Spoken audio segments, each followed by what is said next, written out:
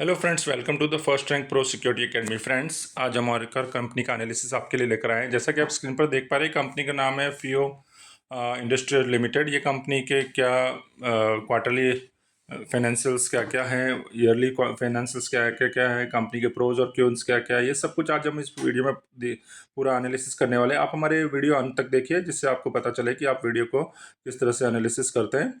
और हमारी तरफ से इस कंपनी में सेल या बाई की कोई भी रिकमेंडेशंस नहीं है। ये वीडियो हम ओनली और ओनली एजुकेशनल पर्पज से बनाते हैं। जैसा कि आप स्क्रीन पर देख पा रहे हैं, कंपनी का नाम है PM industries limited. Was originally incorporated in India as a Rahul auto private limited on Feb 6, 1989 in New Delhi. तो कंपनी जो है 1989 में इनकॉर्पोरेट हुई थी और न्यू दिल्ली में इसके जो मेन जो फाउंडर है वो मिस्टर जे के Jain. It is engage in the business of manufacturing and supply of auto components like automotive lighting and all that. Okay, तो कंपनी बेसिकली क्या है, ऑटोमेटिव लाइटिंग के कंपोनेंट्स बनाती है, मैन्युफैक्चर करती है। ये इस कंपनी का कोर बिजनेस है। अब कंपनी का मार्केट कैप देखें तो 4756 करोड़ का कंपनी का मार्केट कैप है। करंट प्राइस कंपनी का 1807 रुपीज़ पे चल रहा है। कंपनी का 52 वीक हाई जो है वो 2055 रुपीज़ का है। कंपनी का 52 वीक लो जो है वो 1156 रुपीज़ का है। कंपनी अभी 23.6 के पी पे ट्रेड कर रही है। बुक वैल्यू कंपनी का 394 रुपीज़ है। डिविडेंड 1.66%, ROC 27.8% एंड ROE 21% है। क्योंकि कंपनी का जो शेयर का फेस वैल्यू है वो 10 रुपीज़ पे अभी ट्रेड हो रहा है। अगर कंपनी का सेल्स रिव्यू करते हैं क्वार्टर ऑन क्वार्टर बेसिस पे, तो हम देखेंगे कि सितंबर क्वार्टर में 612 करोड़ का सेल्स था, वो डिक्रीज होके 593 करोड़ का हो गया था दिसंबर क्वार्टर में। मार्च क्वार्टर में अगेन 639 करोड़ का दिख रहा है। वहीं अगर उसके ऑपरेटिंग प्रॉफिट देखते हैं तो 81 करोड़ से दिसंबर क्वार्टर में डिक्रीज होकर 78 करोड़ हो गए थे, और अभी वापस मार्च क्वार्टर में 85 करोड़ हो रहे हैं। वही प्रॉफिट बिफोर टैक्स जो है वो 68 करोड़ से डिक्रीज जो कि 65 करोड़ पे आ गए थे, और अभी 77 करोड़ है मार्च क्वार्टर में। वही प्रॉफिट का नेट प्रॉफिट देखते हैं तो सितंबर क्वार्टर में 50 करोड़ था, वहाँ से डिक्रीज होकर 47 करोड़, और अभी वापस मार्च क्वार्टर में 59 करोड़। तो कंपनी जो है वो वापस अग्रेसिव और अप ट्रेंड दिखा रही है। अगर कंपनी के ईयर ऑन ईयर बेसिस पे इसको रिव्यू करें तो कंपनी का मार्च 2023 का 1848 करोड़ का सेल्स था, वो इंक्रीज होकर 2024 में 2029 करोड़ का हो गया, और अभी मार्च क्वार्टर में 2423 करोड़ का हो गया। ऑपरेटिंग प्रॉफिट 249 करोड़ से इंक्रीज होकर 269 करोड़, और मार्च 2025 में 322 crore. Profit before tax 189 crore से इंक्रीज होकर 223 करोड़, और अभी 276 करोड़ मार्च 2025 में। नेट प्रॉफिट देखें तो कंटिन्यूसली इंक्रीज हो रहा है। 140 करोड़ मार्च 2023 में, 2024 में 166 करोड़, और मार्च 2025 में 205 करोड़ हो रहा है। डिविडेंड यील्ड भी इसका 28%, 32% एंड 39% डे इंक्रीज हो रहा है। अगर इसके बोरोइंग्स को अगर हम रिव्यू करें तो 46 करोड़ से डिक्रीज होकर 24 करोड़, फिर 23 करोड़ और 22 करोड़। तो ईयर ऑन ईयर बेसिस पे इसके बोरोइंग्स डिक्रीज होते जा रहे हैं। वहीं अदर असेट्स को अगर रिव्यू करें तो मार्च 2023 में 554 करोड़ थे, वहाँ से इनक्रीज होकर 717 करोड़ हो गए, और फिर उसके बाद अभी मार्च 2025 में 850 करोड़। तो कंटिन्यूस बेसिस पे कंपनी के जो है वो अदर असेट्स वो डे बाय डे इंक्रीज होते जा रहे हैं, वहीं उनके सामने टोटल असेट्स भी इंक्रीज होता जा रहा है। अगर इसके इन्वेंट्रीज देखिए तो 56, 68, 57, 60 और 57, और वर्किंग कैपिटल को अगर रिव्यू करें तो 9 से 23, फिर 37 और 29।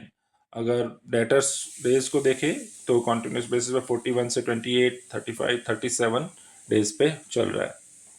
अगर इसके प्रोज देखते रिव्यू करते तो कंपनी जो ऑलमोस्ट डेफ्ट फ्री हो गई है। Company has deliver good profit of 21.9% के CAGR से लास्ट 5 ईयर से कंपनी ग्रो रही है। Company has been maintaining a healthy dividend pay out of 32.8% का healthy dividend pay out maintain कर रही है।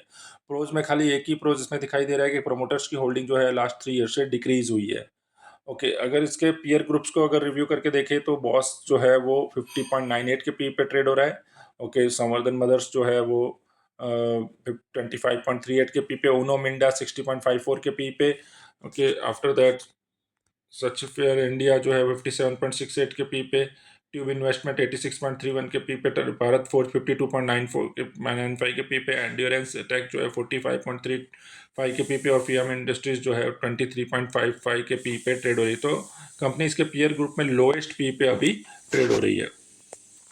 कंपनी के शेयर होल्डिंग पैटर्न को अगर रिव्यू करें तो लास्ट 3 क्वार्टर से दिसंबर से मार्च और मार्च से जून क्वार्टर में कंपनी के जो प्रमोटर्स का स्टेक है उसमें कोई भी चेंजेस नहीं है। वहीं एफआईआईज़ को अगर देखें तो दिसंबर क्वार्टर में 3.22% से स्टेक को डिक्रीज किया स्लाइट, और 2.99% किया था, वापस जून क्वार्टर में वो इंक्रीज करके 4.68%। तो एफआईआईज़ जो है वो अपना कॉन्टिन्यूस बेसिस पे अपना स्टेक जो है इसमें इंक्रीज करते जा रहे हैं। वहीं पे अगर डीआईज को देखें 6.04%, 7.05% और 8.5%।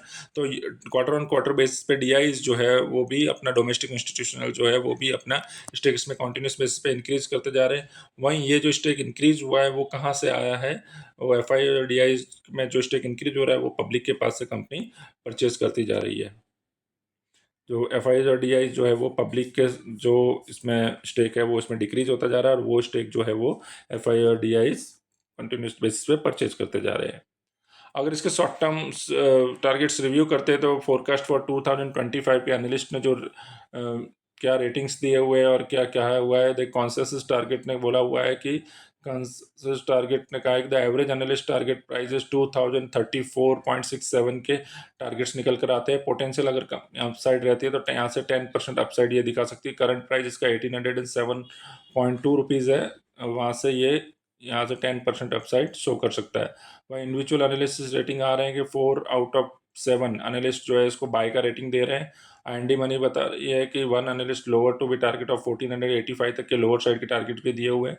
अगर डाउनग्रेड होता है तो कंपनी का अभी होल्ड पे रेटिंग्स दिए हुए हैं। Valuing of the company 15x पे ये कंपनी जो है अभी कंपनी एट 15x FY 2020 उनके EPS से ट्रेड हो जाएगी। तो फ्रेंड्स, अभी कंपनी के अगर मार्केट सपोर्ट करता है और ये अपर साइड शो होता है तो 2034 यहाँ से 10% तक अपसाइड दिख सकते हैं, और अगर मार्केट का ट्रेंड जो है नेगेटिव हो जाता है तो कंपनी जो है यहाँ से 1485 तक के टारगेट्स भी दिखा सकती है। तो फ्रेंड्स, ये जो हमारा एनालिसिस है वो ओनली और ओनली एजुकेशनल पर्पज से है। हमारी तरफ से इस शेयर में या कंपनी में कोई भी सेल या बाय की कोई भी रिकमेंडेशंस नहीं है। अगर आपको ये हमारा वीडियो का एनालिसिस पसंद आए तो आप हमारे वीडियो को लाइक कीजिए, और ऐसे ही और कंपनीज के रेगुलर एनालिसिस के लिए आप हमारी चैनल को सब्सक्राइब कीजिए, जिससे रेगुलर बेस पे आपको ऐसे ही और कंपनीज का एनालिसिस टाइम टू टाइम मिलते रहे। और जल्द लौटेंगे एक और कंपनी के एनालिसिस के साथ में, तब तक के लिए धन्यवाद।